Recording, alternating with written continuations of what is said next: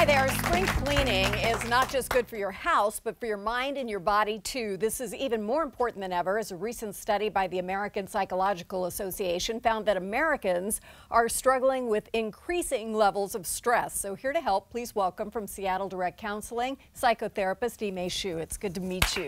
How you doing?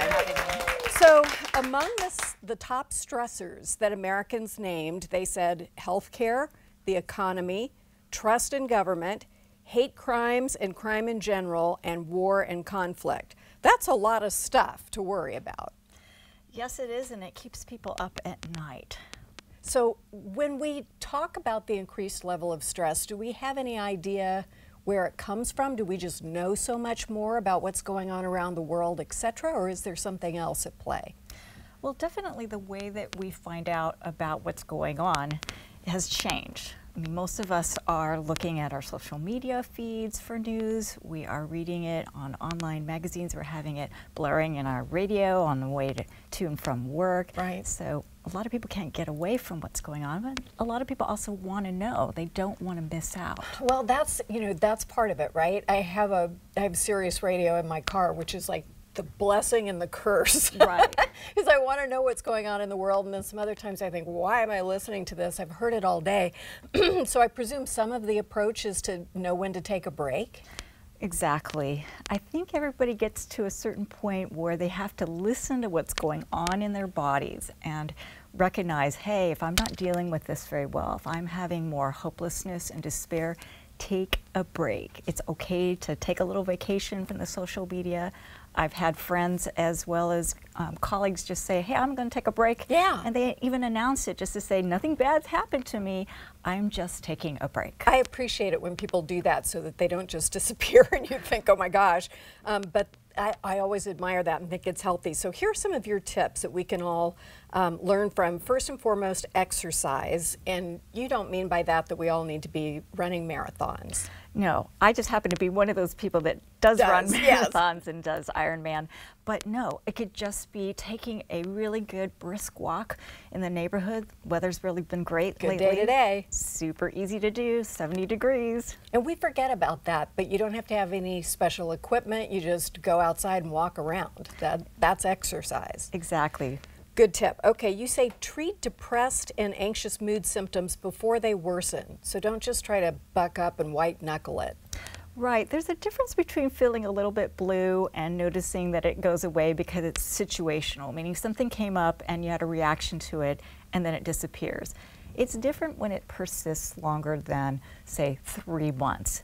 Person's really dragging along, notices that they're changing some of their behavior from like not eating very well, not sleeping very well, chronically late to work, not because the work is bad, but they just don't have the energy, or super anxious at night, can't sleep, not eating well, or overeating even as a reaction. Right. Well, and you talk about that eating, that when we notice ourselves doing that, because it's delicious to go get a cheeseburger and some French fries, but if you're doing that because you feel bad, then that's a different thing.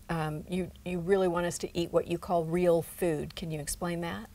So 5 years ago, I got diagnosed with celiac disease and also 300 food allergies and intolerances. Good grief. And I had to learn the hard way that the food that I was putting in my body was really making me sick, literally, and it was killing me one bite at a time. When I removed all the things I was supposed to remove, and on top of that, really just went to an all-natural diet, so nothing that comes out of a box, a can, a jar, anything, and made it myself, I suddenly felt so much better. Rest and rejuvenation. There used to be this contest for who could sleep the least, but it turns out that is not ideal.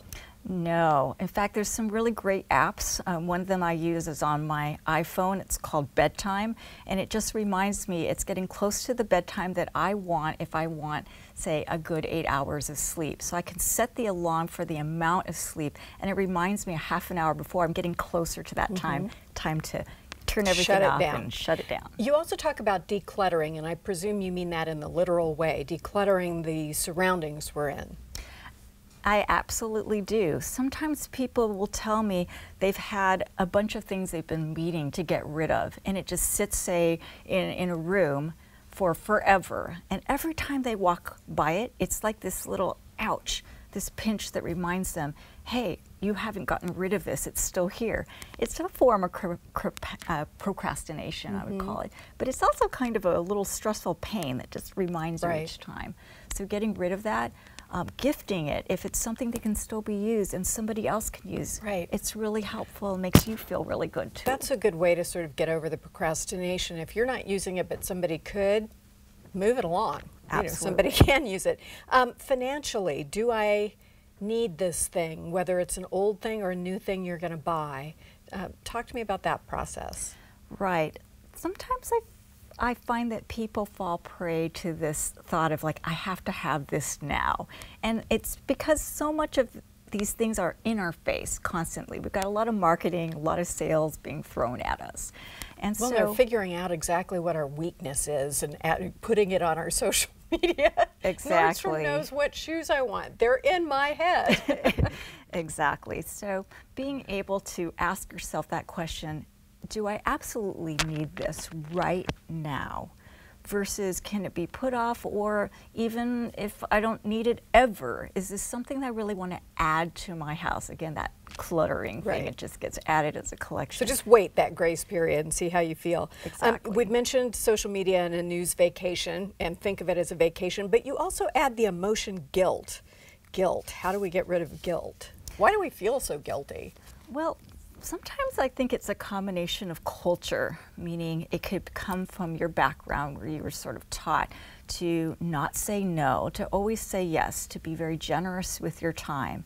And then adult life happens where you're being asked to do this, that at work. Maybe you're not even being compensated for that.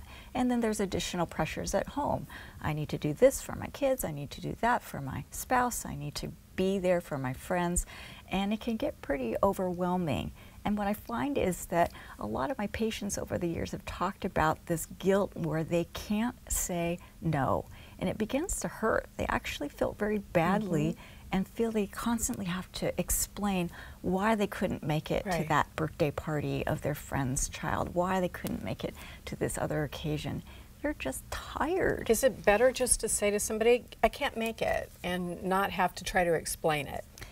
If we're honest with each other, absolutely. Among friends, there's always a lot of understanding because they can't make it to all of our events either. It works both ways. Interesting. Thank you very much. Thank you for these tips. Come back and teach us about a healthy no sometime. Still ahead, an Edmonds woman undertakes a grueling bike tour to shine light on Alzheimer's and dementia. We'll talk to her about this epic trip after this.